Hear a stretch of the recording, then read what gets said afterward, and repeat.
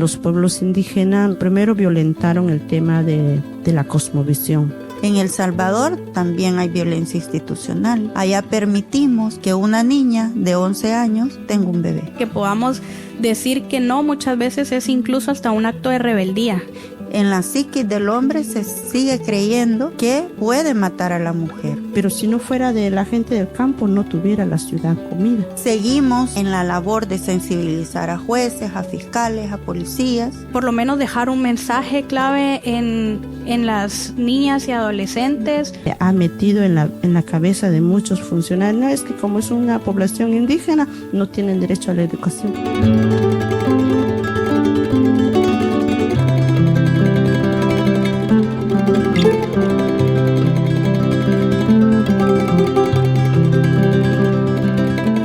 A día de hoy, las mujeres seguimos conquistando espacios y derechos en todo el mundo.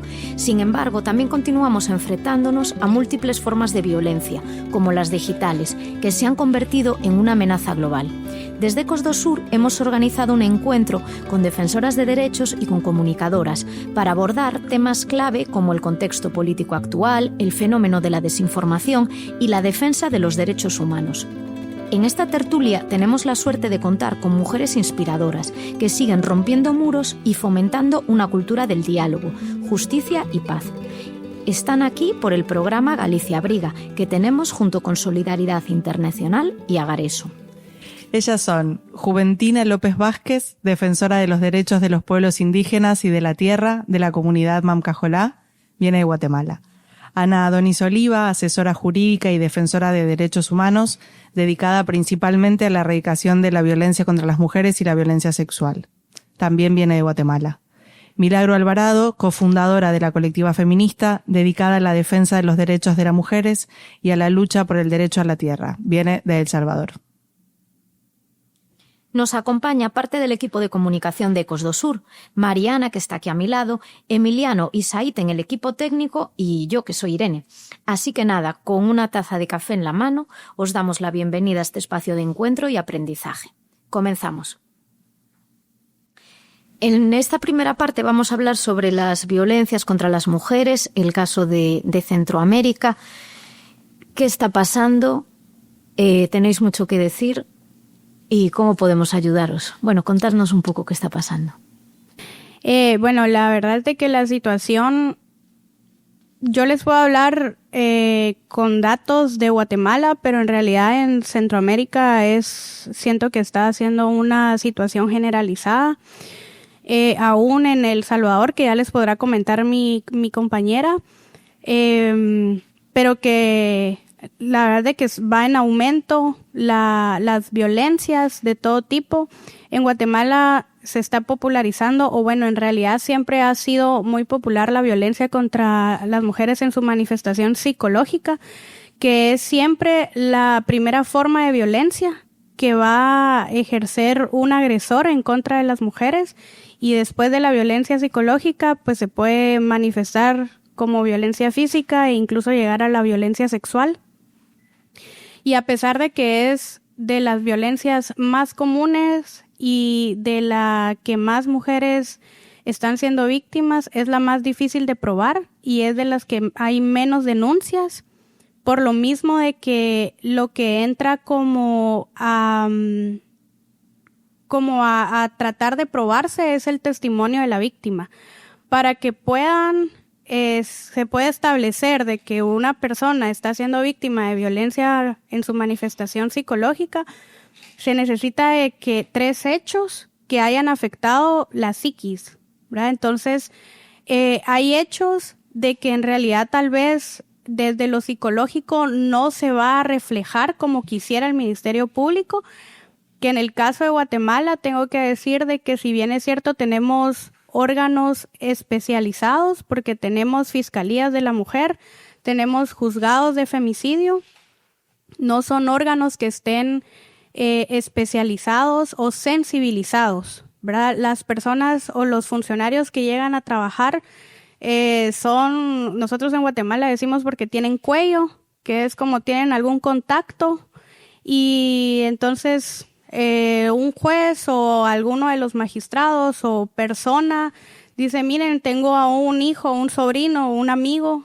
y necesito una plaza, y en realidad no están pidiendo dentro del currículum que tenga una especialización de género o el enfoque de género. Entonces de nada nos sirve en realidad que tengamos juzgados de femicidio donde se vayan a juzgar y a condenar delitos de violencia contra la mujer si los funcionarios no están sensibilizados, porque llega un juez, por ejemplo, que está conociendo un caso de violencia sexual, y la verdad es de que las preguntas que hace son, o sea, realmente a uno le da frustración e indignación de las preguntas que le están haciendo a la víctima, que para llegar a un juicio ya ha sido revictimizada una infinidad de veces. Y entonces, como les decía, la violencia psicológica es la que se está dando más, pero que es también la más difícil de probar y la que menos sentencias condenatorias tiene, por lo difícil que es probarla, porque es más fácil que llegue yo con un moretón o con una herida visible a estas heridas que son que están en el subconsciente, ¿verdad? Entonces, los femicidios igual van en aumento. En realidad siento que las mujeres somos de las poblaciones históricamente más vulnerables a nivel mundial, podría decir.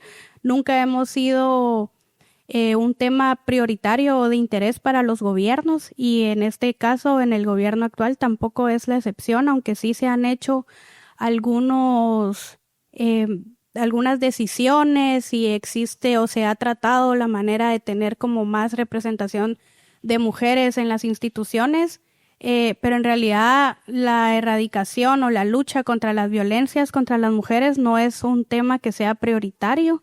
Eso es lo que hace también más difícil de que se pueda tener pues medidas para la erradicación de las violencias en todas sus manifestaciones, femicidios y la violencia sexual, igual que los datos estadísticos de embarazos en niñas y adolescentes son realmente sorprendentes. Hay niñas de 10 y 11 años que están teniendo hijos, ¿verdad? Y se sabe porque el Código Penal establece además de que siempre que una víctima sea menor de 14 años, siempre va a ser violencia sexual, ¿verdad? Entonces, podríamos decir que los nacimientos de niñas de 10 a 14 años automáticamente tendrían que ser catalogados como embarazos forzados, pero aún así no se está dando la prioridad que se necesita o el interés que se necesitaría para este tipo de casos. Eso en el caso de Guatemala, pero en El Salvador. Bueno, yo creo que hablar de violencia contra las mujeres es un tema que a lo mejor acá puede sonar muy trillado ya, ¿verdad? Hablar del derecho de las mujeres a vivir una vida libre de violencia es uno de los derechos que nosotras como colectiva feminista en El Salvador estamos, trabajando desde hace muchos años ya. Como organización llevamos 21 años de trabajo en la defensa de este derecho. Yo llevo un poquito más de 30 años en mi labor como mujer activista, feminista y defensora de derechos humanos. Desde que empecé en esta lucha, hemos intentado situar la problemática de violencia contra las mujeres. Allá por el año 1996-97 se crea la primera normativa en el país que reconocía la violencia intrafamiliar, no violencia contra las mujeres. Antes de 1997 podían castigar a alguien por la ley común del Código Penal, pero no se reconocía que la violencia contra las mujeres es producto de un sistema sociocultural que existe en nuestro país, que le podemos llamar patriarcado, que le podemos poner cultura machista, o sea, que tiene sus orígenes ahí, digamos, en que sienta sus bases en las desigualdades en que las mujeres estamos viviendo. La violencia nosotras en El Salvador la concebimos como producto de eso, pero también como producto de relaciones de poder cuando la mujer quiere salir de ese estado de desigualdad, de discriminación, de sometimiento, donde ella pues no tiene ninguna posibilidad de ejercer sus derechos, y es ahí cuando se ocupa como una herramienta de castigo para las mujeres. De castigo, pero también de ejemplo para otras mujeres que se animen a decir, no quiero vivir así. Entonces, también ahí tiene mucho que ver con los patrones culturales, las normas culturales que tenemos instaladas en nuestra cultura, que está muy sesgada, ¿verdad?, por el machismo, por el sexismo, y que es necesario hablar en El Salvador de este tema, porque a lo mejor aquí se tiene mucha discusión de esto, pero en mi país, donde las mujeres no hemos tenido posibilidades ni aún de reconocernos como personas, sino más bien estar en función de un sistema y estar en función del cuidado de la familia y estar en ese sistema de que te entregas para otros y te desconoces como persona. A partir de ahí nosotras hemos venido discutiendo con las mujeres.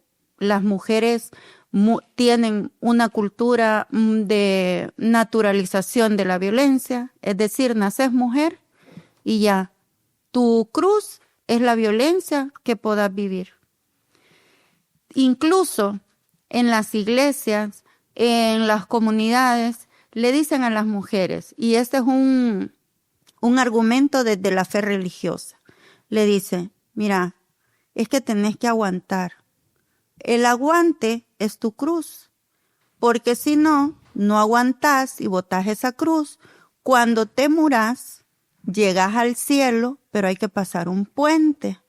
Y la mujer pone su cruz, que la lleva cargando porque la aguantó hasta su muerte, pone su cruz y te permite pasarte al otro lado.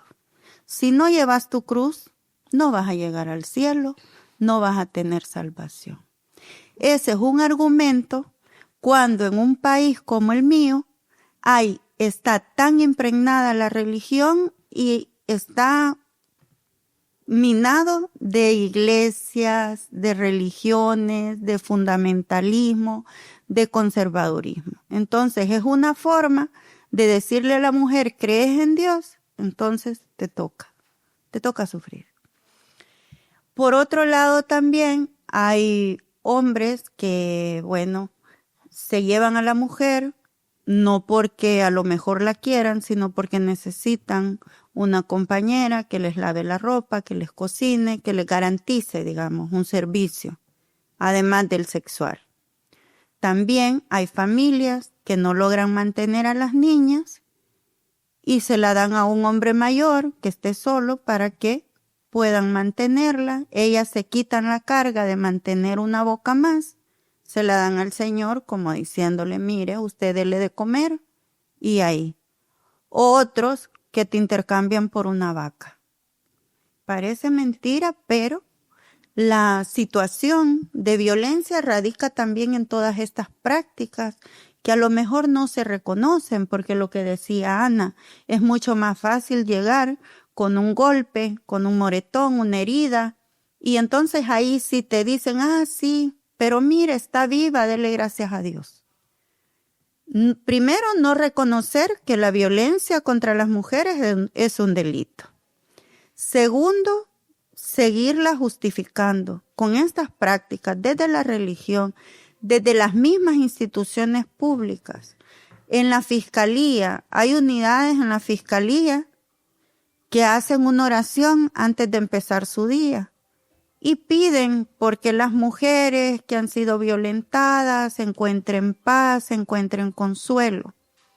Entonces, ese es otro elemento donde no se reconoce que la violencia es un delito. Esa es una de las prácticas que se implementa en instituciones públicas que se supone que están para garantizar el derecho de las mujeres, pues, a que no vivan en violencia, a que cuando ellas están enfrentando la violencia pueda atendérseles de forma objetiva, con calidad, con calidez, ¿verdad? Apegada a la normativa actual existente. Porque si bien es cierto que en 1997 se aprueba la ley de violencia intrafamiliar, pero ya para el 2010, producto del trabajo de años por parte de las organizaciones feministas y de mujeres que conforman el movimiento, se aprobó en la Asamblea Legislativa una ley, la Ley Especial Integral para una Vida Libre de Violencia para las Mujeres en El Salvador, que es una ley que te reconoce, hasta el momento reconoce 9 tipos de violencias que se dan, pero este reconocimiento de estos tipos ha sido, digamos, las más recurrentes en el país. Pero, por ejemplo, cuando estaba en discusión la ley incluía el reconocer la violencia política en contra de las mujeres, porque también a las mujeres que participan para puestos de elección popular, como puede ser consejos municipales, para ser diputadas, o a la misma presidencia, digamos, se les atacaba principalmente cuestionando su vida privada, su vida familiar, si era buena esposa, si cuántas veces se había casado, si cuántos hijos tenía y si estos hijos de qué padres eran, si era uno solo, o sea, todo casado siempre con esa heteronormatividad con que ven a las mujeres en la sociedad. Ese tipo de ley no fue reconocido porque afectaba principalmente a los políticos que estaban decidiendo aprobar esa ley. Claro.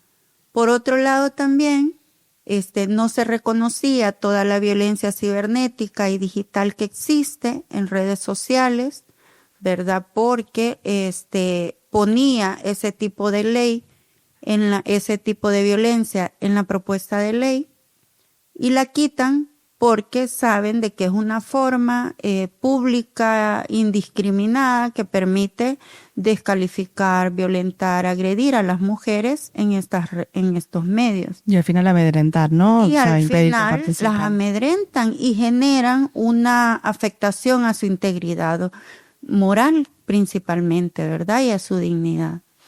Entonces, así quedó la ley. Pero recientemente, hace 2 años, se reconoció tanto la violencia política como la violencia digital y cibernética. ¿Qué pasa con esto? Pasa que a pesar de tener una normativa que regula la violencia contra las mujeres como un delito, esta no se aplica como debería de ser. ¿Por qué no se aplica? Porque la normativa no ha ido a la par de los cambios culturales y de la percepción de cómo tiene que verse la violencia contra las mujeres en el imaginario social de El Salvador. Entonces, a partir de ahí, las mujeres seguimos enfrentando violencias de muchos tipos. Seguimos todavía en la labor de sensibilizar a jueces, a fiscales, a policías. Seguimos en la labor de trabajar con las mujeres para que puedan denunciar la violencia. Hemos avanzado en que las mujeres reconozcan las instancias y las leyes, porque hemos hecho mucho trabajo en muchas comunidades, y ahora nos estamos topando con que el problema no es que la mujer no conozca que hay una ley o no conozca que hay un puesto de policía donde puede ir a denunciar. El problema está en la respuesta que ella recibe cuando llega a denunciar.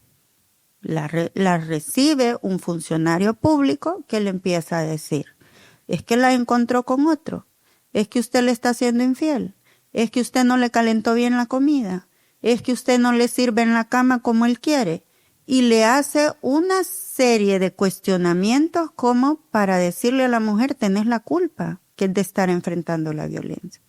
Entonces generan una culpa en las mujeres que la mujer no pasa de ahí. Claro, la revictimización de la que hablaba Ana antes, se desanima en la primera instancia, que es la policía es la entidad más cercana.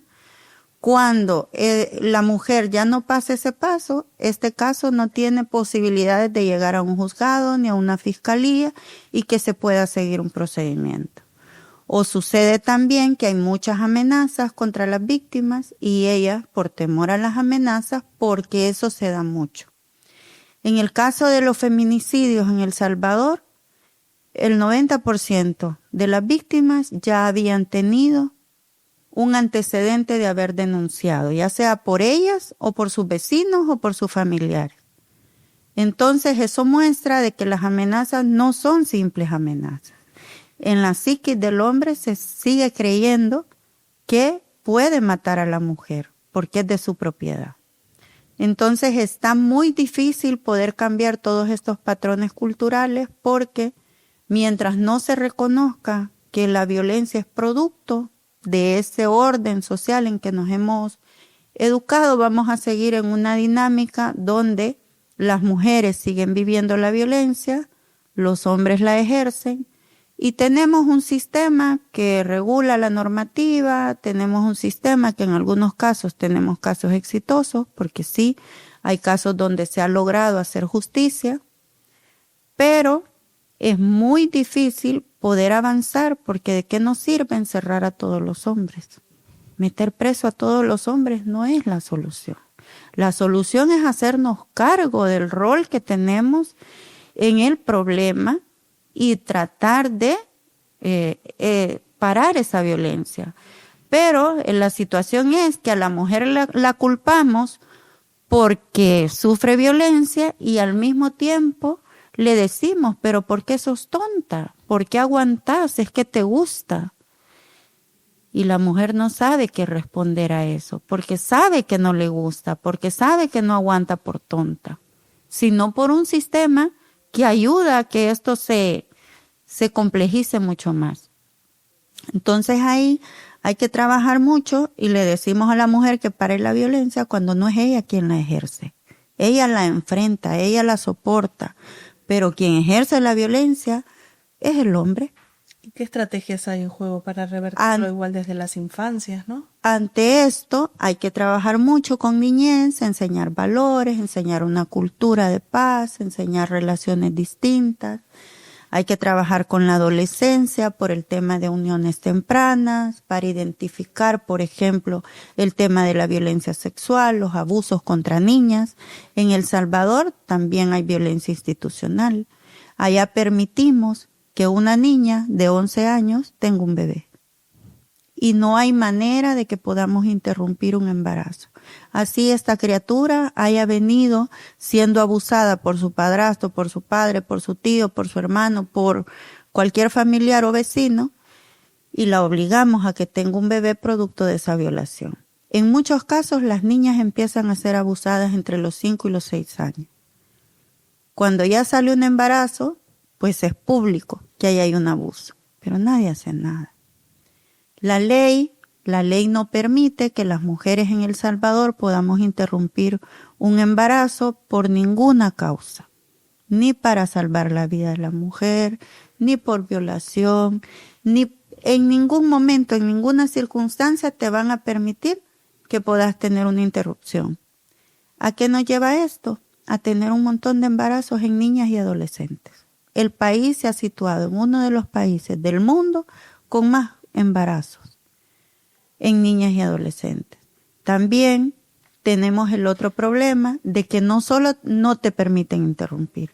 Si por casualidad de la vida, porque tu sistema donde vivís, sos una mujer rural, vivís en la marginación, sos una mujer pobre, no sabes leer ni escribir, enfrentás un parto extrahospitalario, decimos nosotras, porque es cuando te toca parir en la parcela, en tu casa, en una letrina, donde sea. Por accidente enfrentas una situación donde la criatura fallece inmediatamente, o es un aborto espontáneo, inmediatamente te llevan al hospital. En muchas ocasiones allá se busca el apoyo de la policía porque es la entidad que te puede trasladar en un carro patrulla a un centro de salud. Inmediatamente te procesan porque el personal médico está obligado a denunciarte. A pesar de que también ahí se ha trabajado por un código de ética, pues el tema de la ética ahí no se respeta y denuncian a la mujer y pasa de la camilla a la Bartolina. Y podemos tener sentencias hasta de 30 a 40 años de prisión para mujeres que son procesadas por haber enfrentado un parto extrahospitalario o un aborto espontáneo. Ante estas situaciones, pues nosotras hemos hecho mucha labor. Primero, en el tema de la sensibilización hacia las instituciones. Segundo, también en la defensa de mujeres que están privadas de libertad por esta causa. Tercero, mujeres que han muerto en las Bartolinas, como el caso de Manuela, el caso de Beatriz. Son casos que se han llevado a la Corte Interamericana para poder hacer pues un poco de justicia en esos casos, a pesar que ellas fallecieron, pero han quedado sus hijas, sus hijos, sus familiares. Digamos que de alguna manera el tema de la violencia se impregna en todos los ámbitos. O sea, no podemos decir que la violencia en El Salvador se da solo en el ámbito del hogar, solo en la relación de pareja. También hay un sistema institucional que está marcado por una visión patriarcal y machista, que hace que las mujeres no puedan tener acceso a la justicia. Sí, es como callejones sin salida uno tras otro, ¿no? Pero al final siempre se responsabiliza a la mujer, ¿no? Digamos, sea legalmente, sea socialmente, sea al final teniendo que llevar adelante un embarazo y un parto no deseado, siendo infante. Claro. Y luego todo el sistema ahora, los cambios en políticas que están ocurriendo, por un lado, bueno, el presidente se ha prohibido hablar de educación integral en sexualidad. Es prohibido hablar en las instituciones públicas de género, de ese análisis que nos permite reconocer esas relaciones desiguales, que nos permite reconocer también de cómo esa división genérica ha influido para el goce y ejercicio de los derechos de las mujeres principalmente. Entonces, desconociendo todo esto, yo me atrevo a decir que en este momento El Salvador está teniendo una regresión.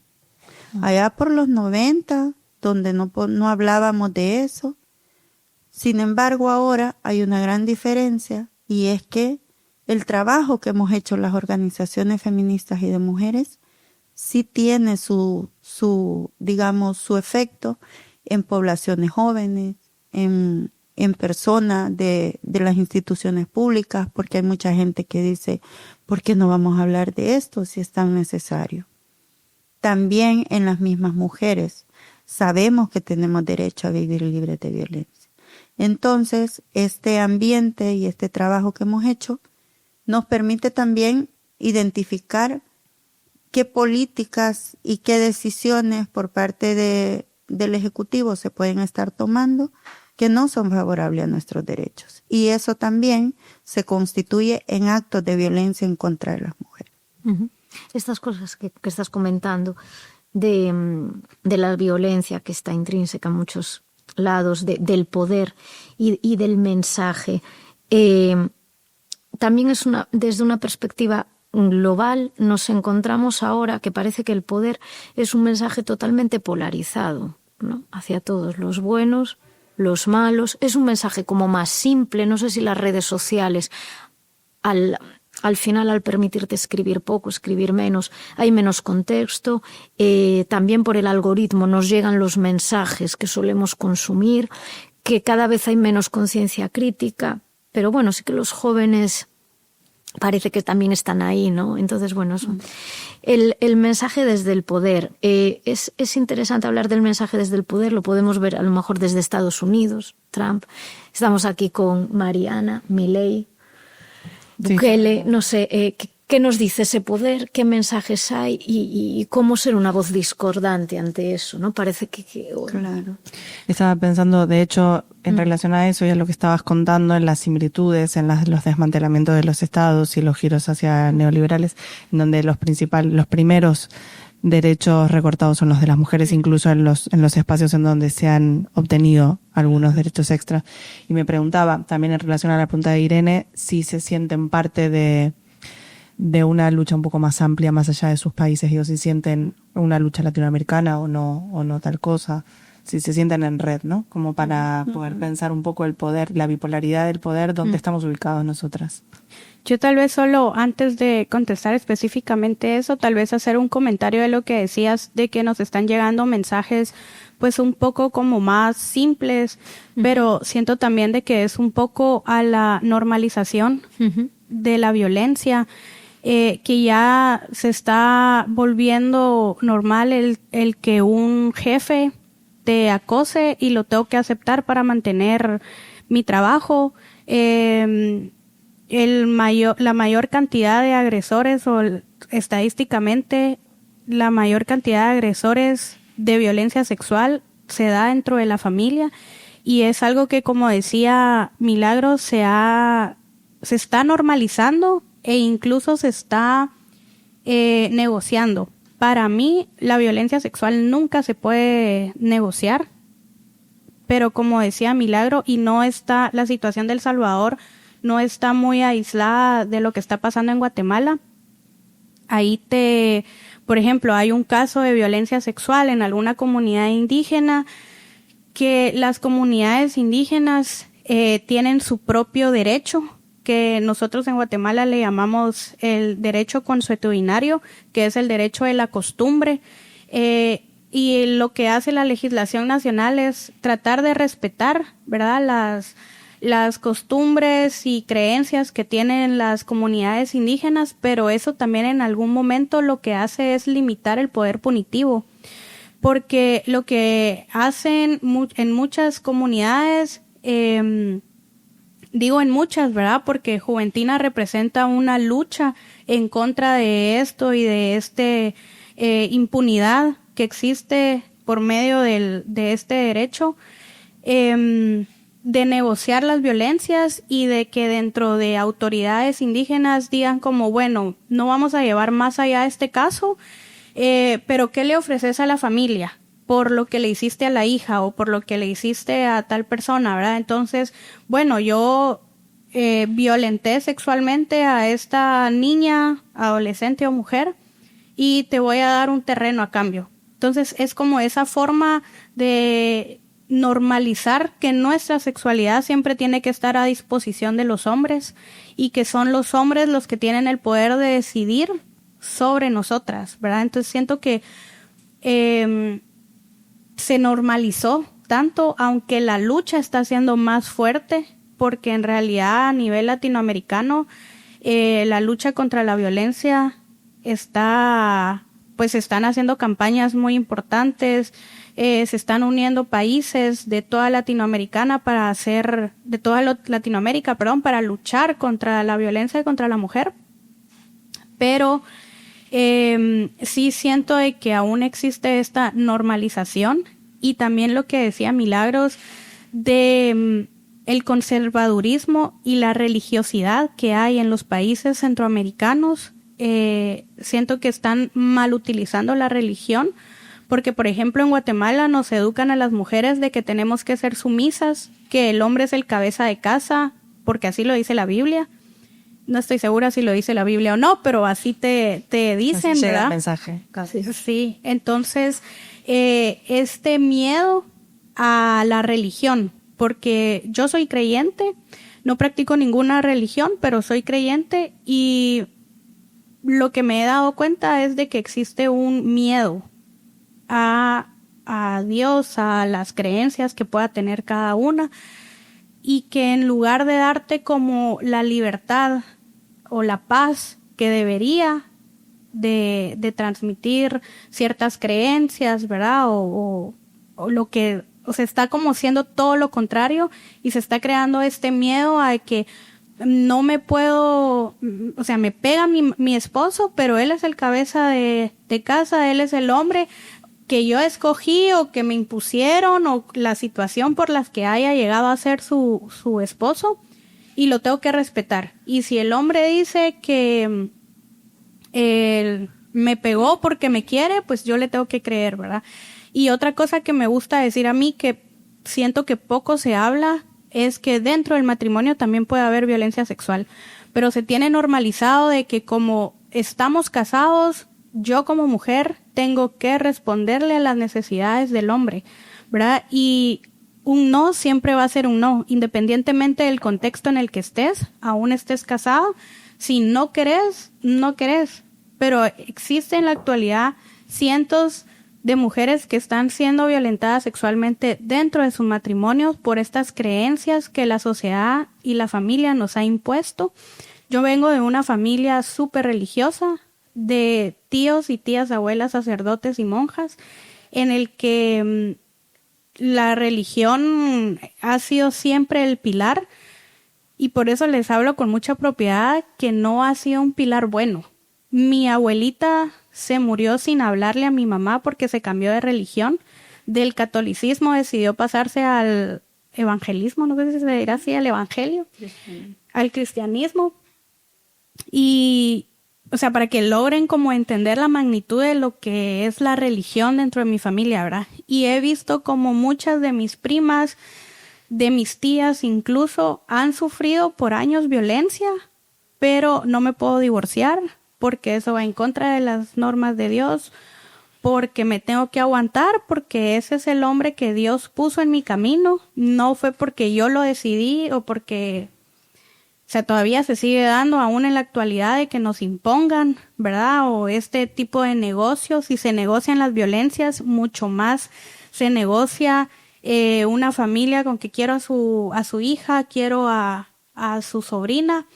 Entonces esta imposición que nos está haciendo siento que es lo que está provocando esta normalización y que ya se vea la violencia como, sí está, ¿verdad? Y ya, ¿qué podemos hacer?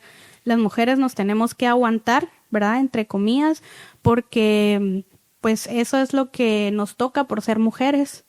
Entonces creo que por eso es un poco como estos mensajes que están llegando ya un poco flojos, digamos, ¿verdad? O que no está creando el mismo impacto, aunque sí es de reconocer que las luchas que estamos haciendo las organizaciones feministas, las feministas, pues está llegando a más lugares. Y ahorita me estaba recordando del caso de la canción de, no sé si fue en Argentina o en Chile, de "Y la culpa no era mía", ¿verdad? Ni dónde estaba ni cómo vestía. Sí. El violador eres tú. Exacto.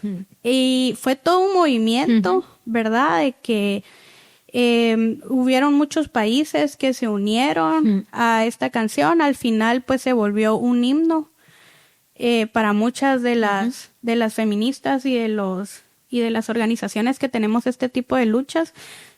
Claro, ¿verdad? Siempre sin dejar por un lado toda esta mala interpretación que se le dio, la burla que se le dio también por parte de los hombres y todo, pero siento que movimientos así provocaron, por lo menos dejar un mensaje clave en las niñas y adolescentes, que yo siento que si se cambia el pensamiento desde que somos niñas, podemos llegar a ser mujeres más empoderadas, ¿verdad? Por eso es tan importante el trabajo con la niñez y la adolescencia, para que podamos ser mujeres más sanas, mujeres que no estemos viviendo con esas heridas de la infancia que al final nos hacen ser personas que no queremos ser, ¿verdad? Siento que las mujeres, por todo lo que se nos impone, por el simple hecho de ser mujeres, nos cuesta decir que no. Y yo siento que el que podamos decir que no muchas veces es incluso hasta un acto de rebeldía, ¿verdad? El decir no quiero, no puedo, pero siempre, aunque no querramos o no podamos, decimos sí, ¿verdad? Porque tenemos que complacer a los hombres, complacer a las familias, siempre toda la responsabilidad recae sobre uno, ¿verdad? Pero siento que todos estos movimientos que se han hecho a nivel latinoamericano sí han impactado, ¿verdad? Tal vez no de la magnitud que quisiéramos, pero sí considero yo que por lo menos pequeños cambios. Sí que impactaron. Y también aquí, que fue en 2017, 2018, una manifestación enorme por el 8M, salió todo el mundo a la calle, y yo me acuerdo de al día siguiente como que volver incluso más contenta al trabajo, bajar a tomar café y no, hay muchos señores, pero yo voy a coger el periódico, lo voy a leer aquí. Y antes como que nunca les decía, no están leyendo el periódico. Bueno, lo voy a leer yo. Y bueno, sí, claro. Sí, Y respirar, ¿no? Y ir a otros ambientes. O bueno, pues yo también me voy a sentar aquí, me voy a tomar el café en la barra y me voy a coger el periódico. Sí. Ese hecho, o sea, fue un día después de una manifestación en 2018. Del 8M salimos más envalentonadas y en Argentina todo se vivió. Total, yo nunca en la vida me sentí más segura y libre que en una manifestación feminista de la lucha por el aborto en Argentina. O sea, pero de ser 2 millones de mujeres en la calle y realmente saber que no estabas en peligro, ¿no? Por el hecho de ser mujeres en la calle. Pero también pensaba, y por eso les preguntaba antes si se sentían inscritas en una red, en el nivel de represalia que hay también, ¿no? En cuanto ocupamos los lugares, cuando ganamos derechos y ocupamos lugares que antes se nos estaba vedados. Bueno, en Argentina la represalia es enorme, se han erradicado todas las voces de periodistas feministas, han sido despedidas en el 100% de sus trabajos. El nivel de amenazas y persecuciones que hay hace que no haya una representación de la mujer, una voz pública de la mujer en redes sociales ni en medios de comunicación.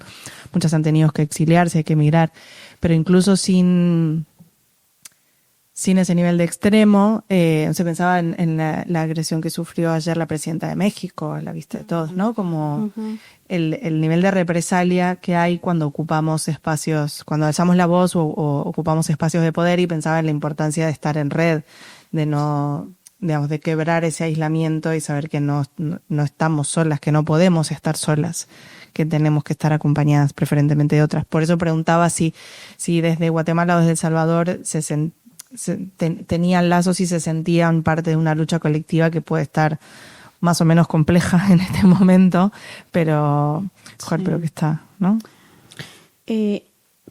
Bueno, yo creo que en el tema de la violencia de distintas formas, existe la violencia en varios ámbitos, en todo el ámbito social, político, cultural.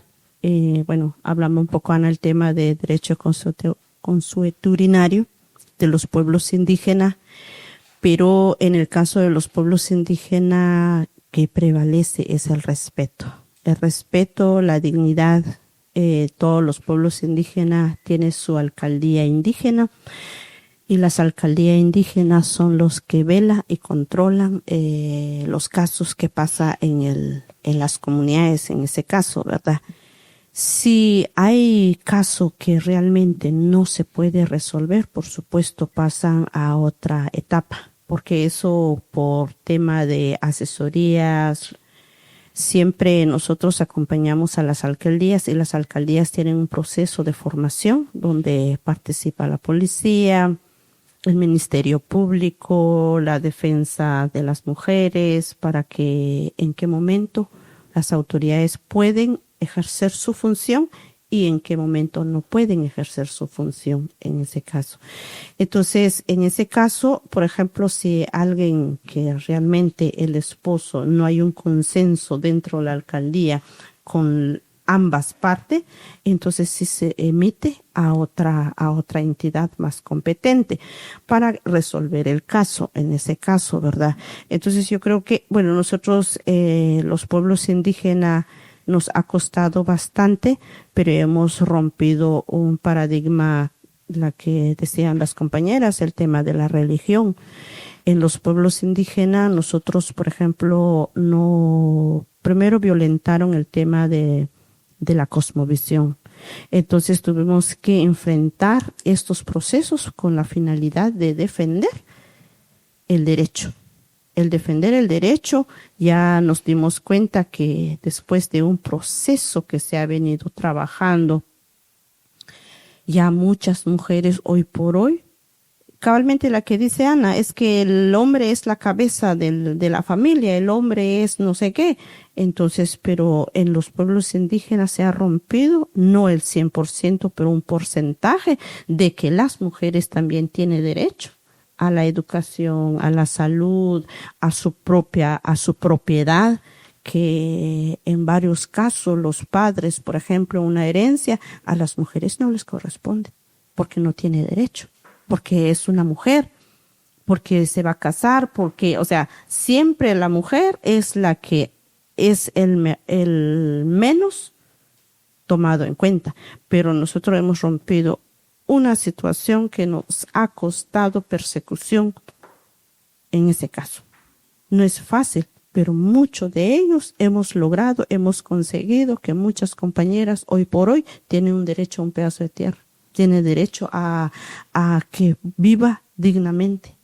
Tal vez no el 100%, pero sí ha costado bastante. ¿Por qué? Por la misma situación, porque la Biblia es que ha dicho muchas cosas, pero hoy por hoy nos damos cuenta, hasta en todo el proceso de lucha que hemos estado nosotros haciendo, en el tema de la defensa de territorio y recuperación de tierra, muchos hermanos evangélicos dicen, sí, hay que luchar, hay que apoyar, ahí estamos para apoyar. Porque antes, por ejemplo, en el proceso del conflicto armado o en el proceso de los acuerdos de paz, dice, no, es que nosotros tenemos nuestro bien al llegar en el cielo. Pero ¿quién garantiza eso? Mientras que yo estoy sufriendo en la tierra. No, sino que si venimos aquí en la tierra, pero para disfrutar, para vivir, no para que yo esté marginado, no para que yo viva en una situación de vulnerabilidad, es la que se ha metido en la cabeza de muchos funcionarios. No, es que como es una población indígena, no tienen derecho a la educación, no tienen derecho a la salud, no tienen derecho a servicios básicos. Como son población, son del monte, es la que tratan a los pueblos indígenas. O sea, hay un trato distinto con la gente que vive en ciudad y con la gente que vive en el campo. Pero si no fuera de la gente del campo, no tuviera la ciudad comida. Porque todas las cosas vienen desde el campo, desde un labor de aquellas mujeres, de aquellos hombres que día a día, desde temprano hasta el anochecer, trabajan. Pero no es valorado su trabajo. Las mujeres, por ejemplo, las mujeres domésticas sufren malos tratos, no solo en el campo, sino que en las ciudades. Les pagan una miseria. Y la gente de la ciudad no ve eso. ¿Qué es lo que tratan a sus empleadas? Las mujeres domésticas están sufriendo de distintas formas una violencia. Una violencia porque no tienen las mismas condiciones, no tienen la misma oportunidad de recibir un salario digno como puede recibir otro que tenga documento, que sea un funcionario, que sea que tenga una categoría más. Pero en todo sentido, muchas mujeres reciben violencia. Yo he recibido violencia. Por ejemplo, lo que me está pasando es una violencia. O sea, he recibido muchas violencias. Imagínense cómo viven otras mujeres. De distintas formas ha sido violentado el derecho de las mujeres. Hay mujeres, yo me he dado cuenta, trabajamos con comunidades rurales que no son indígenas y hago una comparación entre la comunidad indígena con la comunidad rural. Cuando la comunidad rural no tiene un nivel de organización, es donde pasan cosas peores. Y dejan las cosas pasar porque no existe una alcaldía, porque no existe, si tiene capacidad, si alguien lo ve, pues alguien va a denunciar la violencia que está pasando con esta familia, especialmente con esta mujer. Pero si nadie se da cuenta, eso se ha quedado. Nosotros tenemos varios casos y hemos acompañado varios casos de las comunidades rurales. Y imagínense comunidades rurales y las comunidades indígenas. O sea, nosotros vemos eso en nuestra zona porque nosotros vivimos en comunidades rurales, tenemos comunidades rurales y tenemos comunidades indígenas. Entonces nos damos cuenta que la violencia no solo con las comunidades indígenas, sino que la comunidad indígena tiene otro tipo de violencia. Es la que el Estado no asume la responsabilidad, de la que no, que ha sido violentado el derecho básico a esto. Pero a esta comunidad sigue siendo lo mismo, pero es más violencia. Violencia sexual, violencia física, violencia emocional, violencia de distintas formas, o porque una mujer está muy encerrada en su casa, no puede salir, la violencia machista. O sea, uno se da cuenta desde donde tu campo, donde vivís, donde te das cuenta que muchas mujeres han sido violentadas, a pesar de que hay procesos de formación, que las mujeres tienen derecho a todos los servicios, que las mujeres no pueden quedarse en casa, que las mujeres deben ser también parte de. Entonces, al final uno dice, bueno, entonces, ¿dónde queda el derecho que tienen estos y dónde están las otras? Entonces, nosotros hacemos una comparación y lo que nosotros siempre decimos entre los pueblos indígenas es que haya igualdad de derecho. Que la mujer y el hombre es el complemento de la vida.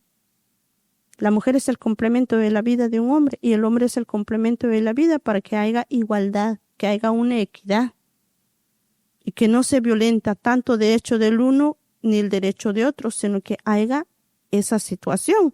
Pero no es fácil llegar a esta situación.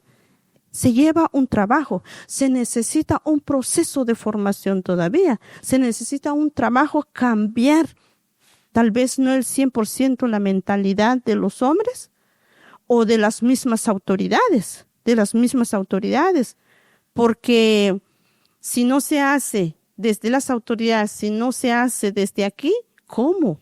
Sino que hay que ser de distintas formas para que realmente estas mujeres no sean objeto de violencia, que no sean objeto de violencia, porque muchas mujeres hoy por hoy son objeto de violencia, no son sujetos de un derecho.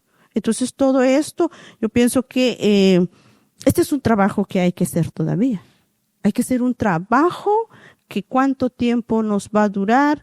Y este trabajo no debe empezar con los que están mayor, también debe de empezar desde las escuelas, desde la casa. Desde la casa debe empezar. Porque si el niño no hace cualquier cosa, si solo la niña, eso ya es violencia. Eso ya es violencia. Si solo se da que la niña tiene que hacer esto, es que usted no, es que usted siempre eso tiene mucho que ver desde la casa, desde los padres, porque nos han inculcado decir, bueno, es que el hombre es hombre, el hombre no puede tocar esto. Ahí donde también viene la violencia, ahí donde viene el machismo. Desde la niñez viene el machismo, el niño va creciendo con esa mentalidad de decir, es que yo soy hombre, es que yo no puedo hacer esto. Este lo corresponde a la mujer. Entonces, ahí donde tenemos que hacer un gran trabajo, no solo con nosotros en Guatemala, sino que a nivel mundial. ¿Por qué? Porque muchas mujeres pasan de distintas formas la violencia. Entonces, esto es un reto, esto es un trabajo que hay que hacerlo desde la casa, desde la familia, para que realmente se logre alcanzar que muchas de nosotros no seamos violentas. Avances, pero luego también hay retrocesos. Claro. Y hay que estar ahí siempre. El mismo luchando. proceso Sí. a veces no te enseña decir, bueno, continuamos. Das un paso y muchas veces das dos pasos para atrás. Entonces, ese es el problema que hay. Eso es a nivel mundial, no solo en Centroamérica o en América Latina, sino que esto es un proceso. En otros países subdesarrollados, porque han tenido esa oportunidad de tener un Estado que les apoya, que tenga los servicios básicos, que tenga derecho, pero en otros países, por ejemplo, en Centroamérica, ¿qué prevalece ahí? La corrupción. ¿Qué prevalece ahí? Los malos tratos. ¿Qué prevalece ahí? Tal como decía, lo que está pasando, que en vez de ayudar a una mujer, ha sido violentada su derecho. En vez de apoyarle, animarle que continúa su proceso, que siga adelante, que enfrenta toda esta situación, es procesado. O sea, todo esto no es justo. O sea, no es justo porque, imagínense, decir, bueno, caí en este error y ahora ¿qué hago? Me van a procesar, me van a criminalizar, o sea, todo esto. Pero más sin embargo, muchas mujeres hoy por hoy enfrentan esta situación porque nosotros nos damos cuenta en el tema de los pueblos indígenas, muchos enfrentan esta situación que realmente provoca la inestabilidad de una familia. Claro. Yo quisiera como referirme un poco a la pregunta. Quisiera comentarles de que en los análisis que hemos hecho en espacios regionales, nosotras somos parte de alianzas mesoamericanas, latinoamericanas, encuentros donde hacemos mucho debate y buscamos las alianzas. Una de las cosas que hemos logrado identificar es que estamos en una cultura de la barbarie. Cuando se habla de violencia contra las mujeres, la vemos desde esa cultura de barbarie, de brutalidad. ¿Por qué? Porque cuando alguien enfrenta violencia psicológica, cuesta mucho demostrar esa violencia. Sí. Cuesta mucho demostrar que la mujer es víctima de violencia cuando, por ejemplo, a usted le falta el plato de comida en su mesa. No, entonces no está sufriendo violencia, no se queje. La mujer tiene que llegar ya como ya muriéndose por las agresiones físicas para que realmente digan, ay, esta mujer merece atención. Por ponerles un ejemplo, yo acompañé un caso en mi comunidad que fui más de 7 veces con esta mujer a poner la denuncia cada vez que el hombre la violentaba. Hasta que un día sale que el hombre le había dado con la piocha en la cabeza. Una piocha es un pico que utilizan para escarbar la tierra. Le había hecho un hueco inmenso y llegamos al hospital. Claro, el médico estaba indignado, pero tuvo que verla ya muriéndose para que este hombre reaccionara que lo que la mujer estaba enfrentando era una violencia. Eso mismo pasa a nivel de los discursos, de políticos, de grupos antiderechos de las mujeres, digo yo, o que fomentan el sistema patriarcal. Y tiene que ver con que hay una justificación del feminismo del ayer y de las luchas del ayer. O sea, está bien nuestras antecesoras, las feministas que lucharon por el derecho al voto, por el derecho a tener igualdad de condiciones, está bien. Esa lucha valió la pena porque la ley no lo reconocía. Y tu argumento es, dime un derecho que la ley diga que no tenés. Dime un derecho que el hombre tenga y que la mujer no tenga jurídicamente. Entonces lo utilizan mucho como un argumento para desarmar tu discurso, para deslegitimar tu lucha de defender los derechos de las mujeres. Entonces, ese discurso, ¿a qué se debe? Eso no se debe porque el simple hombre común de la comunidad deje de maltratar a la mujer. No es simplemente así. Esto tiene que ver más con un orden mundial y con intereses. ¿A quién le conviene que las mujeres sigan haciéndose cargo del trabajo de los cuidados, de la crianza de los hijos y de las hijas, de todo el engramado que garantiza el cuidar una familia y el que la mujer se mantenga en la casa? ¿A quién beneficia que las mujeres estén parir y parir hijos? Uh-huh. Entonces, si lo llevamos mucho más allá en el análisis, nos vamos a dar cuenta que estamos ante un mega problema, que no se trata solo de un país o de una región. Es un tema que trasciende nuestras fronteras, que está trascendiendo nuestras culturas, porque conforme va avanzando la modernidad, las herramientas digitales, los discursos en cuanto al tema de desarrollo, en cuanto al tema de Agenda 2030, conforme vayan avanzando esos temas, así el discurso que fomenta, que justifica un sistema patriarcal y de desigualdad, así también se va modernizando. Es muy común ahora que nos digan a las feministas que andamos armando el show de por gusto. Porque conviene conviene políticamente, económicamente y culturalmente. Es decir, esta visión patriarcal y esta cultura machista se ocupa para que nuestros países mantengan también, por un lado, lo que decimos nosotras, la ganancia que sacan los estados del que las mujeres estemos en la casa y estemos sometidas. Si nos podemos analizar cuánto significaría el trabajo doméstico y el trabajo de cuidados para nuestras sociedades, cuánto le costaría. ¿Y quién lo hace? Lo hacen las mujeres. No se reconoce porque es un trabajo, porque conviene que no se reconozca que es un trabajo. Se mantienen los patrones del amor romántico porque a través de eso también la voluntad de las mujeres se mantiene sometida en una utopía que va a encontrar la pareja ideal, la familia ideal. Pero lo que se está dando no es eso. Por otro lado, también todos estos grupos con sus fundamentalismos, sus conservadurismos, también están avanzando en alianzas mucho más fuertes que las que pueda tener el movimiento feminista y de mujeres en el mundo. Esto no es un tema de un país, es el tema del mundo. Entonces, conviene, estos grupos tienen mucho más dinero. Por ponerles un ejemplo, nosotras llevamos el caso de Beatriz, una chica que falleció a causa de una vulneración de derechos, a sus derechos sexuales y derechos reproductivos en El Salvador, que fallece. Hemos llevado esto, ha tenido una sentencia favorable para hacer medidas de justicia ante la familia de ella, pero el gobierno, ¿de quién fue acompañado?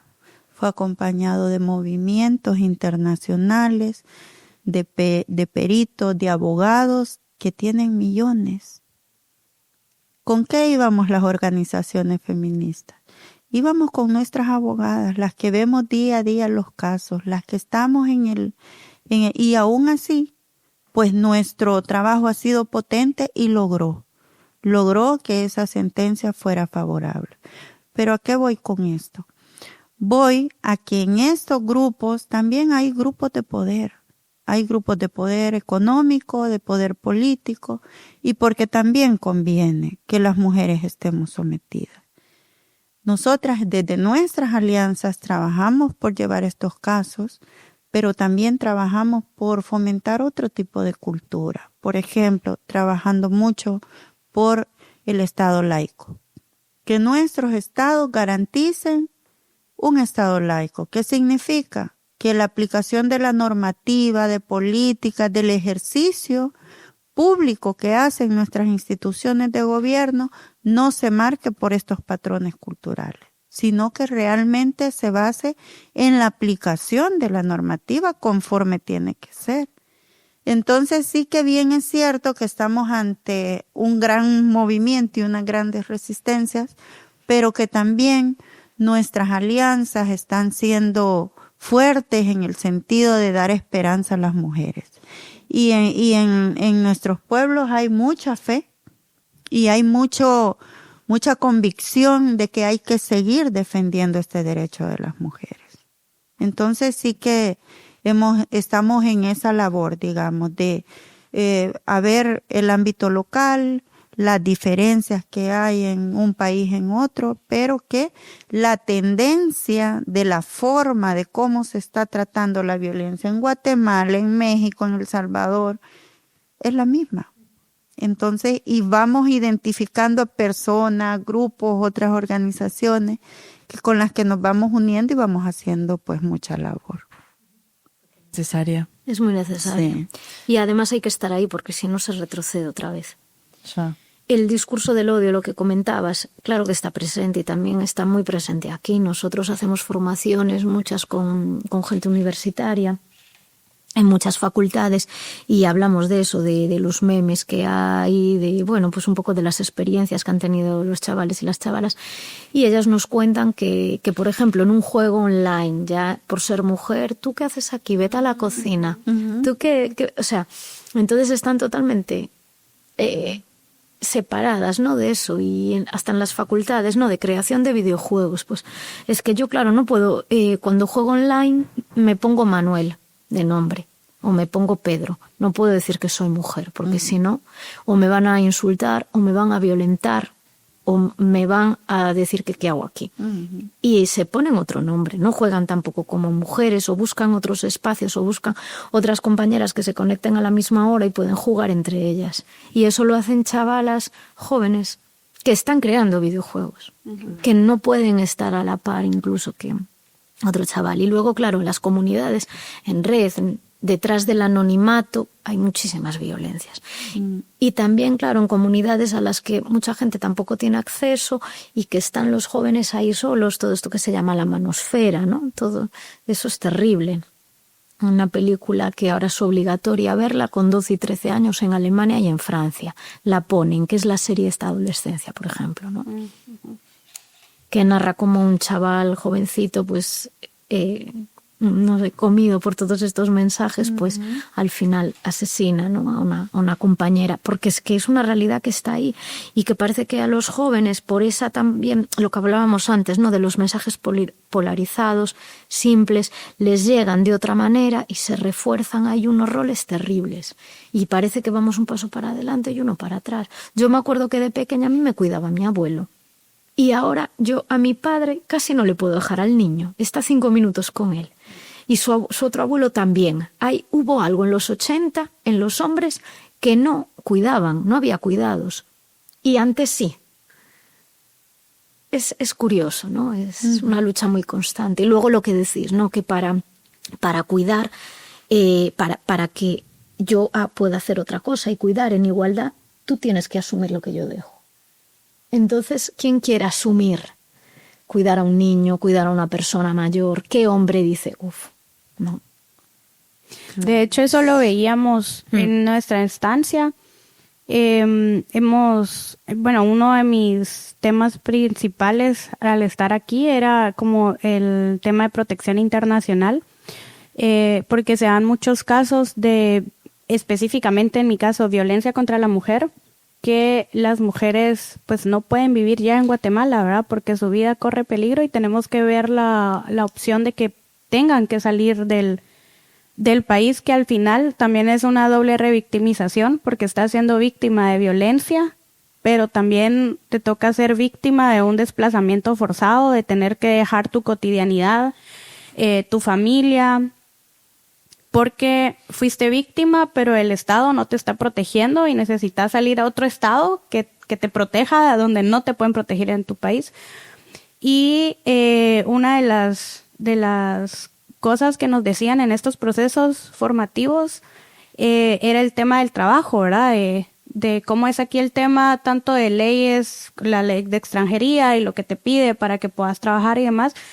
Y nos decían de que el trabajo de cuidar personas de la tercera edad, más que todo, dijeron como más que todo, pero en realidad nosotros hemos visto en la calle que es de mujeres.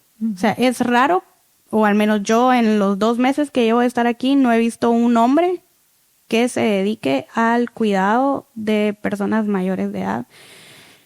Entonces es como igual los mismos roles. En Guatemala se da mucho en los colegios también, ¿verdad? De que tenemos, por ejemplo, creo que ustedes le dicen aquí como educación profesional o algo así, pero allá es como dentro del bachillerato, tú puedes elegir si quieres sacar el bachillerato con alguna carrera técnica, y se sabe que hay ciertas carreras que son para hombres y hay otras que son para mujeres.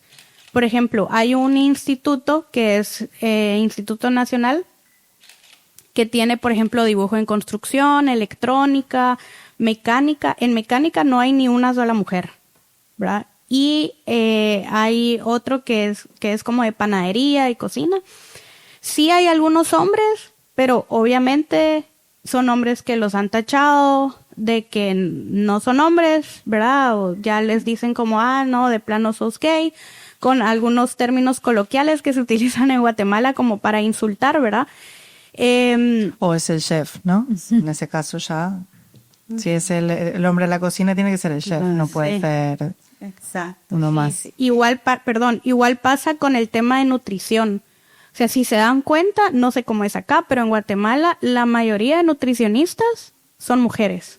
es raro que vayas a ver a un hombre que sea nutricionista. Es como muy difícil, como que ya traemos como ese chip, por ejemplo, con los colores también, ¿verdad? El rosado de niñas, el azul para niños, que para mí los colores no tienen género, pero ya traemos eso inculcado y nosotros se lo estamos transmitiendo a los niños y los niños ya están creciendo con eso y luego llegan a ejercer violencias contra el hombre que se atrevió a estudiar nutrición, panadería o cocina, o en contra de las mujeres que quieren ser mecánicas, ¿verdad? Que nada tiene de malo, que igual podemos ejercer las mismas carreras que los hombres, pero entonces ya se empieza la violencia, ¿verdad? A decir como, ¿qué estás haciendo aquí? De plano sos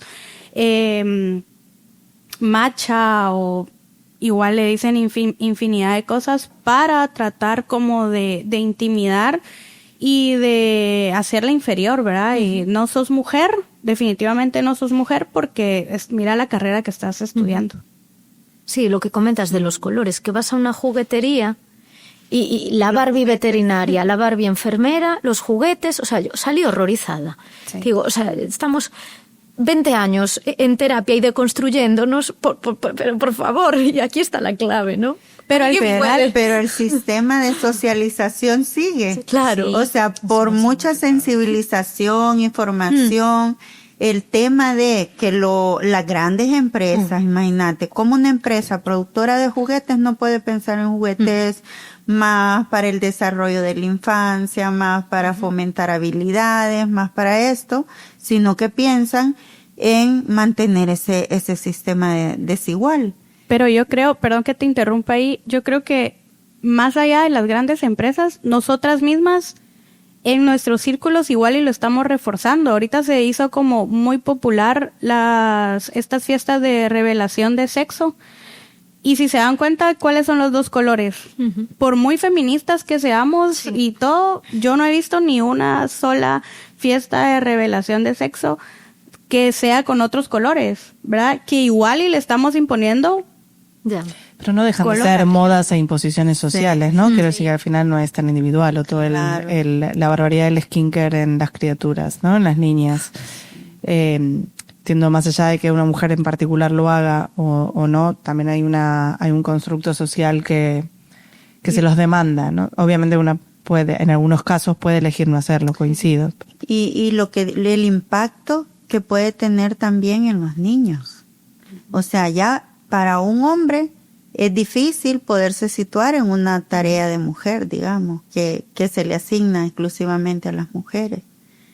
Eso afecta un montón, por ejemplo, en el trabajo de cuidados.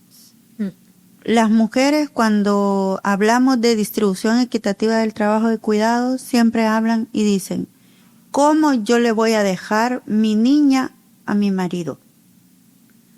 ¿Y qué le va a pasar? ¿Me la puede violar? Esa es la respuesta. Y yo le digo, usted da por sentado que todos los hombres son violadores. Usted da por sentado que, o la otra es que él no tiene paciencia, él se va a desesperar y me le puede pegar y no va a poder y no sé qué. Bueno, ahí están las naturalizaciones de las violencias de las que hablabas, ¿no? Exactamente, es cómo se expresa, cómo vamos naturalizando patrones que los hemos aprendido culturalmente. Entonces, también desarmamos la otra parte que tiene participación en este sistema, no sé. O sea, sí que es tratado desde el privilegio, de darle ese estatus de superioridad en lo referente a lo femenino. Es decir, si apartáramos a las personas y acomodáramos las piezas del sistema, viéramos que el sistema le da un valor a uno para quitarle valor al otro, ¿verdad?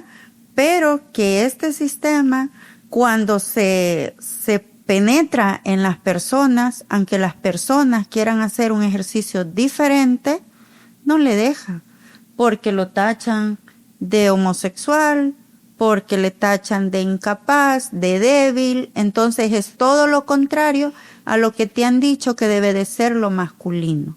Lo masculino es lo que tiene valor. Lo masculino es lo que no tiene que demostrar que puede o que tiene capacidad.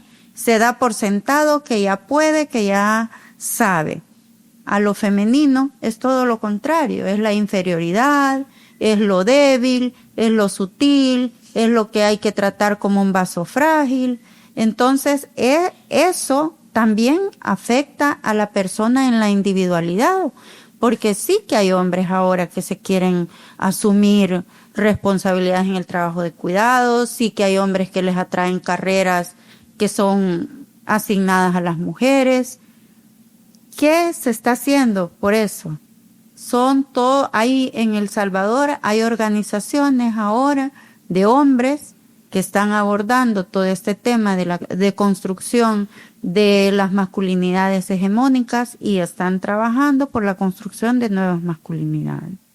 Ese es un trabajo que vale mucho la pena porque hace que los hombres reflexionen desde esas posiciones de poder y de privilegio donde ellos pues se les ha criado, se les ha educado, porque también necesitamos su participación.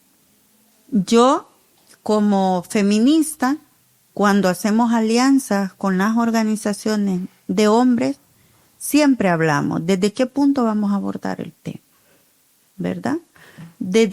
Cuáles son los puntos que hay que tocar con los hombres, y hay que cuestionar muchas cosas. Hay que cuestionar desde su sexualidad, hay que cuestionar desde su privilegio, desde la toma de decisiones, de que nos encontramos en los procesos que salen hombres y dicen, es que a mí me han dicho que yo tengo que ser fuerte siempre, pero yo no me puedo echar un quintal de maíz al lomo como se lo echa él. Y por eso a mí también me discriminan y empiezan a encontrar como también entre ellos cosas que no les hacen sentir muy cómodos. Claro. O que me estén diciendo agresor todo el tiempo, claro, o que me estén poniendo como violador todo el tiempo. Entonces nosotras decimos, sí que vale la pena, pero los hombres tienen que asumir esa responsabilidad, tienen que trabajar en esos temas, y luego también trabajamos mucho en encuentros de familias. Cuando hemos pasado, los hombres de las familias pasan por procesos, las mujeres pasamos por procesos, luego encontramos espacios comunes donde analizamos, ahí es donde empezamos como a negociar ya las mujeres. Ya hablamos de, está bien, tú cultivas la milpa, llevas el maíz a la casa, pero yo también te lavo la ropa, proceso el maíz, hago tus tortillas, pongo mi trabajo. Y hay que reconocer ese trabajo. Entonces ahí empezamos a ver cómo las familias empiezan a hacer esas negociaciones diferenciadas. Empiezan a decidir entre la familia cómo se distribuyen las tareas del hogar. Empiezan a decidir cómo se gastan los recursos, porque ahí es muy usual de que el hombre trabajó todo el invierno, hizo su cosecha, la fue a vender, se lo gastó en lo que quiso y la mujer y sus hijos quedan siempre aguantando hambre. Entonces ahora las mujeres empiezan a negociar distinto. Pero sí que es bueno que las mujeres tengan herramientas y que los hombres también se encaminen a procesos de deconstrucción. Si queremos implementar pues sistemas diferentes de cómo nos relacionamos. Ahora con el tema de violencia es mucho más complejo. Claro.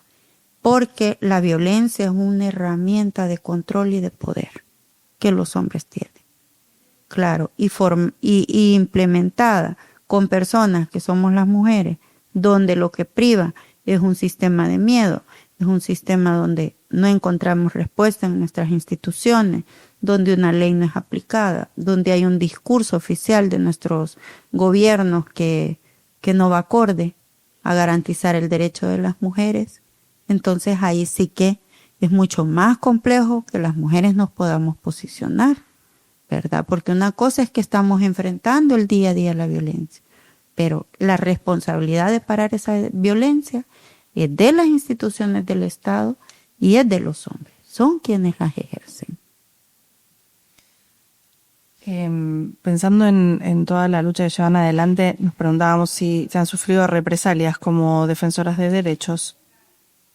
Sí, en mi caso, pues sí, he recibido se han dado como que diferentes ámbitos, ¿verdad? Creo que lo primero y lo que más me impactó a mí, de primero es que yo siento que no me reconocía como defensora de derechos humanos hasta que me di cuenta que era defensora de derechos humanos. O sea, antes de eso sabía que protegía, que era lo que me gustaba hacer, pero como que no había caído como en ese rol, que cuando ya caí en cuenta de eso es como que ya le empezás a dar nombre a las violencias o a estos momentos de peligro que corres, ¿verdad? Y creo que el primer ámbito en el que yo me di cuenta que tal vez no era como de una violencia fuerte, pero al final de cuentas violencia, que fue en el ámbito familiar, ¿verdad? Por lo que les decía de que vengo de una familia súper conservadora, entonces mi mamá era como, mira, va a haber un almuerzo familiar, no se habla de aborto, no se habla de violencias, no se habla de que las mujeres somos sumisas, o sea, me empezaba como a limitar. A la fecha les puedo decir de que mi mamá pues ya deconstruyó bastante, ¿verdad? Mis hermanos también, tengo 2 hermanos hombres y que también han ido deconstruyendo y han ido aprendiendo conmigo como, mira, eso no lo pensé. Mi hermano me molesta como parte de su forma de decirme es que sos feministas, me dice como, ¿qué estás haciendo viendo televisión si tenés que estar en la cocina, verdad? Como, pero son estos chistes de lo que él ha ido aprendiendo y que ya lo he visto yo cuando está con sus amigas, que ya habla como, no, pero es que ustedes también tienen derecho, ¿verdad? Y el primer espacio para mí o ámbito fue mi familia. Con mis primas, por ejemplo, sabían todas a lo que me dedicaba, pero era algo que no se comentaba, ¿verdad? Porque estaba mal visto como, ay, la rebelde. O sea, te saliste, en Guatemala tenemos una expresión que decimos te saliste del huacal, ¿verdad? El huacal es como un bowl, ajá, y entonces que se utiliza en Guatemala en las pilas, que aquí no hay pilas, pero son para donde se guarda agua y se lava la ropa, entonces, y son como que los recipientes que se utilizan para sacar el agua, entonces te saliste del huacal es que, o sea, te fuiste en contra de lo normal, ¿verdad? De lo que te enseñamos y todo, entonces te saliste del huacal, me decían, y pero en privado me escribían mis primas y me decían, mira, fíjate que todo este problema, pero no le digas a nadie, o fíjate que me está pasando esto con mi esposo, y entonces ya se llevaba como un proceso de acompañamiento en silencio, ¿verdad? En privado. Entonces, pues ahora la verdad es de que me siento muy feliz de ver cómo mi propia familia, tanto mi núcleo como la otra familia como más extendida, ha ido como deconstruyendo al lado mío, pero sí fue en algún momento un punto para mí sensible, ¿verdad? El decir, bueno, voy a ir, pero me quedo callada. Y eran muchos comentarios machistas, patriarcales, y yo callada. Y luego, ya a nivel como más nacional o más grande, en el 2016 como organización se presentó una iniciativa de ley que buscaba implementar medidas de reparación para casos de violencia sexual en niñas menores de 14 años, que como comenté al principio, se tiene tipificado en el Código Penal que siempre que sea menor de 14 años va a ser violencia sexual. Entonces lo que se pretendía era crear una legislación que estableciera las medidas de reparación para estas víctimas. Eran 20 artículos que conformaban la iniciativa de ley y uno establecía la causal de interrupción del embarazo por causal violencia sexual. En Guatemala está penalizado el aborto a excepción de que sea terapéutico, muy pocos casos porque se necesitan 3 dictámenes médicos en el que se establezca que sí es cierto que está en riesgo la vida de la madre, ¿verdad? Para que se pueda interrumpir el embarazo. Entonces buscábamos ampliar como estas causales y empezar con algo pequeñito que era la causal violencia sexual en niñas menores de 14 años, porque ya estaba tipificado, ¿verdad? Ya está establecido en el derecho penal. Entonces mirábamos que eso en teoría iba a ser un poco más fácil que buscar la despenalización del aborto por causal violencia sexual en cualquier edad, ¿verdad? El tema se salió un poco de control y en las iglesias, siempre volviendo a la religión, se predicaban los domingos acerca del aborto y que en Guatemala se quería imponer el aborto y que no nos dejáramos llevar por estas agendas internacionales que buscaban la despenalización del aborto. Y empezamos a hacer tachadas como las abortistas, las en contra de la vida, y se crea una marcha. Agenda en todos lados. Sí, y se crea una marcha desde la religión, porque eran las mismas iglesias las que, como les digo, los domingos decían, miren, y en Guatemala quieren aprobar el aborto.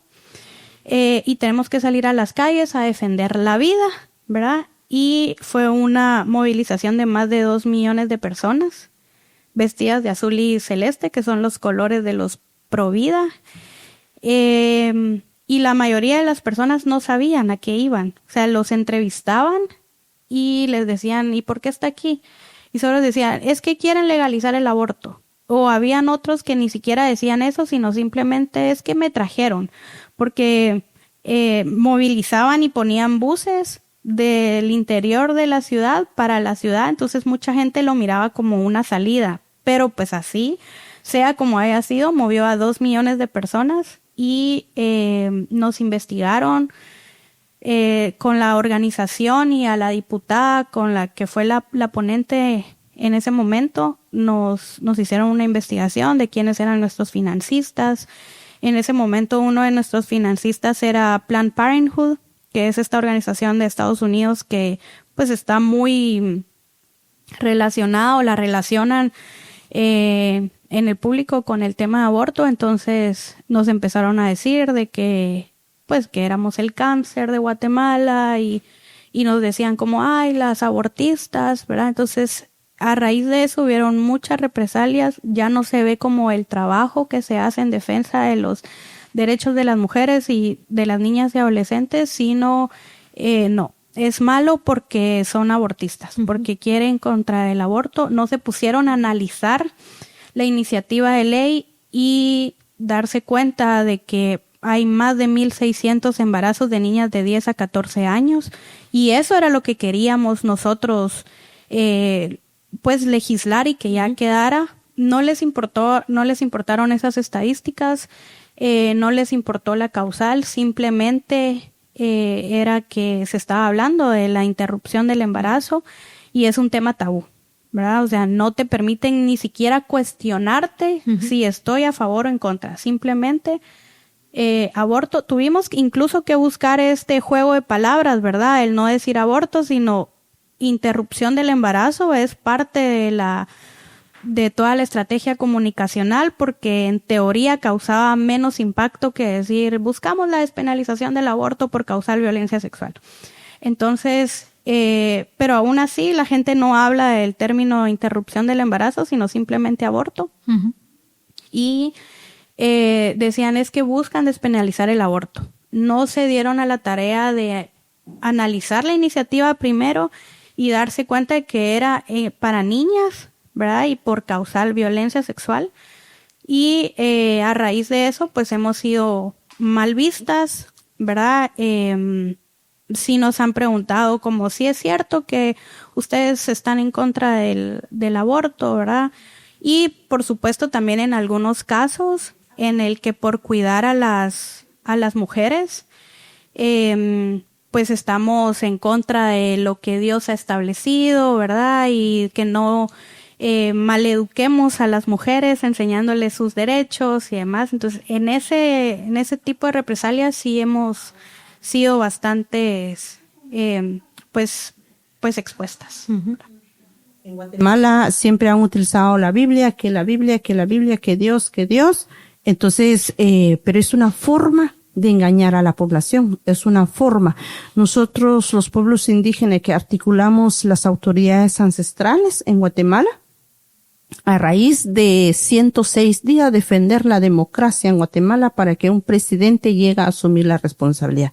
Trataron de perseguirnos, trataron de boicotear, porque en todos los puntos estratégicos que nosotros utilizamos las comunidades indígenas, y fuimos perseguidos. Nosotros en la zona, que es una zona fronterizo entre México y todo Centroamérica, ocupamos una zona ahí, que es el Castillo Arma que le llaman. Nos llegaron a violentar y nos persiguieron en las altas horas de la noche, con la finalidad de desaparecer a muchas personas que estábamos ahí. Luego salimos, nos fuimos a la capital, porque teníamos hermanos que estaban frente al Ministerio Público, exigiendo a un Ministerio Público que deje en paz y que el gobierno asumiera la responsabilidad. De eso, a raíz de todo este proceso, siempre la Biblia es un factor para ellos, es la base, es una arma para estos funcionarios, porque son los que han estado cooptando el Estado y tienen cooptado el Estado. Pero a raíz de todo esto, muchos de los líderes, compañeros, compañeras, periodistas, de periodistas comunitarias, periodistas nacionales son perseguidos, estudiantes son perseguidos por defender la democracia, y muchos de ellos están encarcelados sin que tengan la primera declaración por defender la democracia en Guatemala. Trataron nuevamente reciente de que ellos pudieran asumir la presidencia o cualquier secretariado del Congreso Nacional. Y lo mismo hicieron con la finalidad, porque ya en unos 6 meses, el 2026, va a ser la elección de magistrados, va a ser la elección del funcionario del Ministerio Público. O sea, va a haber toda esa parte y quieren hacerlo, pero gracias al Creador y a la manifestación que hubo recientemente, hace 3 días, defendieron, aunque no es la que se requería, pero por lo menos defendieron y no ganaron los corruptos. Ganó por lo menos una democracia más que va a defender al Estado, porque eso nos parece, aunque no está a favor en su general la población, pero es algo importante que se logró ganar. Eso es parte de un proceso y seguramente hay mucha gente que va a ser perseguido por estos corruptos. Durante estos 6 meses van a tratar de hacer lo que ellos pretenden hacer, porque es lo que hacen en Guatemala. Sí. Es una situación que a nosotros, si se rompe la democracia, eso termina muchas cosas, y a pesar de los 70 años, 72, casi 73 años que ellos van gobernando nuestro país. Y hasta un presidente llega hoy, no estoy a favor del presidente, pero es algo que se miraba, la juventud, los estudiantes salieron a ejercer un derecho, porque se miraba lo que hizo su padre en la revolución del 44 al 54. Entonces todos creyeron, pero el problema, hay una parte del Estado que está cooptado. Entonces a él no le está permitiendo que él puede funcionar como debe de ser, porque todos sus ministros, todos los funcionarios, hay una parte que los tienen ahí agarrados desde hace más de 70 años. Entonces, por lo tanto, por lo menos tenemos un avance en estos casos. Bueno, enhorabuena, porque siempre podemos perder más derechos si se trata de ganarlos, ¿no? Exactamente. Bueno, muchas gracias por esta conversación. Hemos aprendido muchísimo de sus luchas. Gracias por sus luchas, en realidad, y por compartir este tiempo con nosotras. Por lo menos la personal ha sido como muy nutritivo, muy esperanzador. Sí, muchas gracias por vuestro trabajo a la hora de defender derechos y hacia la igualdad. La verdad que al final es una lucha común. Y ahí estamos. Encontramos que los discursos al final son los mismos, que los recursos son los mismos, entonces toca tejer y solidificar redes, ¿no? Pues este podcast se lleva a cabo gracias a proyectos que llevamos a cabo en Ecos do Sur, como Abriendo Hilo y Odisea, financiados por la Xunta de Galicia.